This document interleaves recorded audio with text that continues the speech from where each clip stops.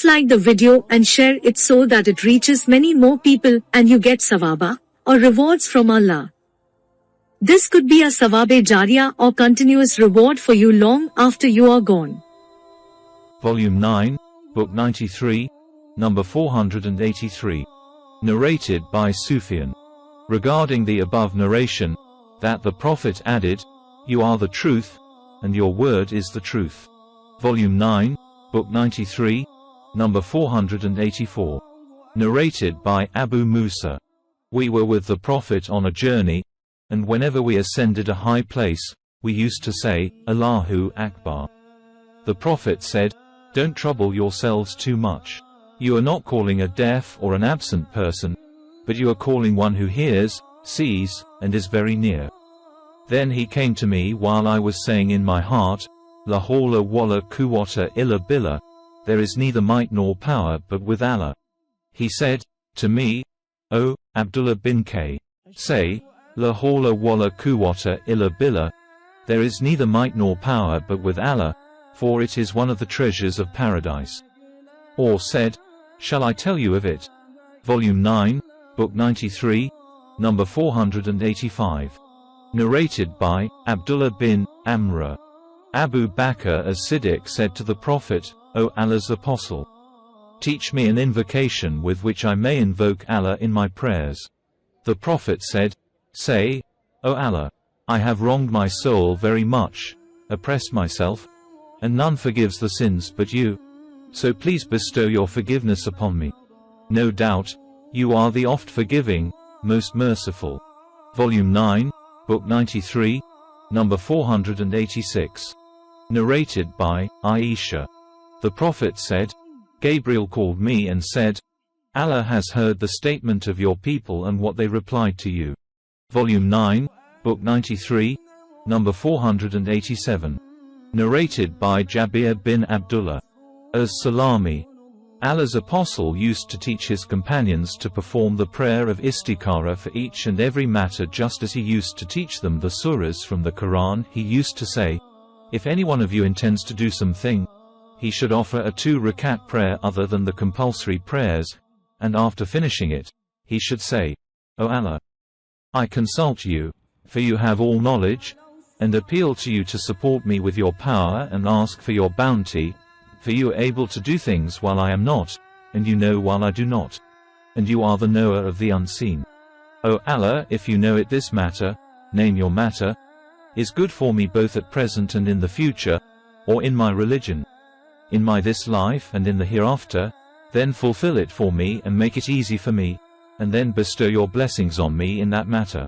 O Allah, if you know that this matter is not good for me in my religion, in my this life and in my coming hereafter, or at present or in the future, then divert me from it and choose for me what is good wherever it may be, and make me be pleased with it."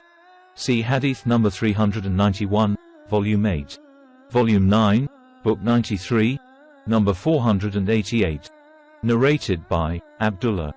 The Prophet frequently used to swear, "No, by the one who turns the hearts." Volume 9, Book 93, number 489. Narrated by Abu Hurairah. Allah's Apostle said, "Allah has 99 names, 100 less one, and he who memorized them all by heart will enter paradise." To count something means to know it by heart. Volume 9, Book 93, number 490.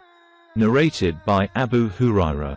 The Prophet said, "When any one of you goes to bed, he should dust it off thrice with the edge of his garment, and say, Bismika Rabbi Wadadu Janbi, Wa Bika Afahu. In Amsakta Nafsi Fakfa Laha, Wa in Arsaltaha Farfara Bima Tafaz Bihi, Ibadaka S. Salihan." Volume 9, Book 93, number 491. Narrated by Juhayfa. When the Prophet went to bed, he used to say, Alhamma Bismika Ahya wa Amut. And when he got up in the mornings he used to say, Alhamdulillahi al-Ladi Ahyana Bada ma Amatana wa Alihi en Nushur. Volume 9, Book 93, number 492. Narrated by Abu Dar. When the Prophet went to bed at night, he used to say, Bismika namutu wa nahya. And when he got up in the morning, he used to say, Alhamdulillahi al-ladi ahyana ba'da ma amatana, wa alayhi en nushur. Volume 9, Book 93, number 493. Narrated by Ibn Abbas. Allah's Apostle said, if any one of you, when intending to have a sexual relation, sleep with his wife, says, Bismillah, Allahumma janibna ash-shaytan, wa janib ash-shaytana ma razaqtana, Satan would never harm that child, should it be ordained that they will have one. Because of that sleep. Volume 9, Book 93, number 494. Narrated by Adi bin Hatim. I asked the Prophet, I send off, for a game, my trained hunting dogs. What is your verdict concerning the game they hunt? He said, if you send off your trained hunting dogs and mention the name of Allah, then, if they catch some game, eat thereof. And if you hit the game with a mirad, a hunting tool, and it wounds it, you can eat it. Volume 9, Book 93, number 495. Narrated by Aisha. The people said to the Prophet, O Allah's Apostle, here are people who have recently embraced Islam and they bring meat, and we do not know whether they had mentioned Allah's name while slaughtering the animals or not. The Prophet said, you should mention Allah's name and eat. Volume 9, Book 93, number 496. Narrated by Anas. The Prophet slaughtered 2 rams as sacrifice and mentioned Allah's name and said, Allahu Akbar, while slaughtering. Volume 9, Book 93, number 497. Narrated by Jundub. That he witnessed the Prophet on the day of Nahr. The Prophet offered prayer and then delivered a sermon saying, whoever slaughtered his sacrifice before offering prayer, should slaughter another animal in place of the first, and whoever has not yet slaughtered any, should slaughter a sacrifice and mention Allah's name while doing so. Volume 9, Book 93, number 498. Narrated by Ibn Umar. The Prophet said, do not swear by your fathers, and whoever wants to swear should swear by Allah. Volume 9, Book 93, number 499. Narrated by Abu Hurairah. Allah's Apostle sent 10 persons to bring the enemy's secrets and Qubayb al-Ansari was one of them.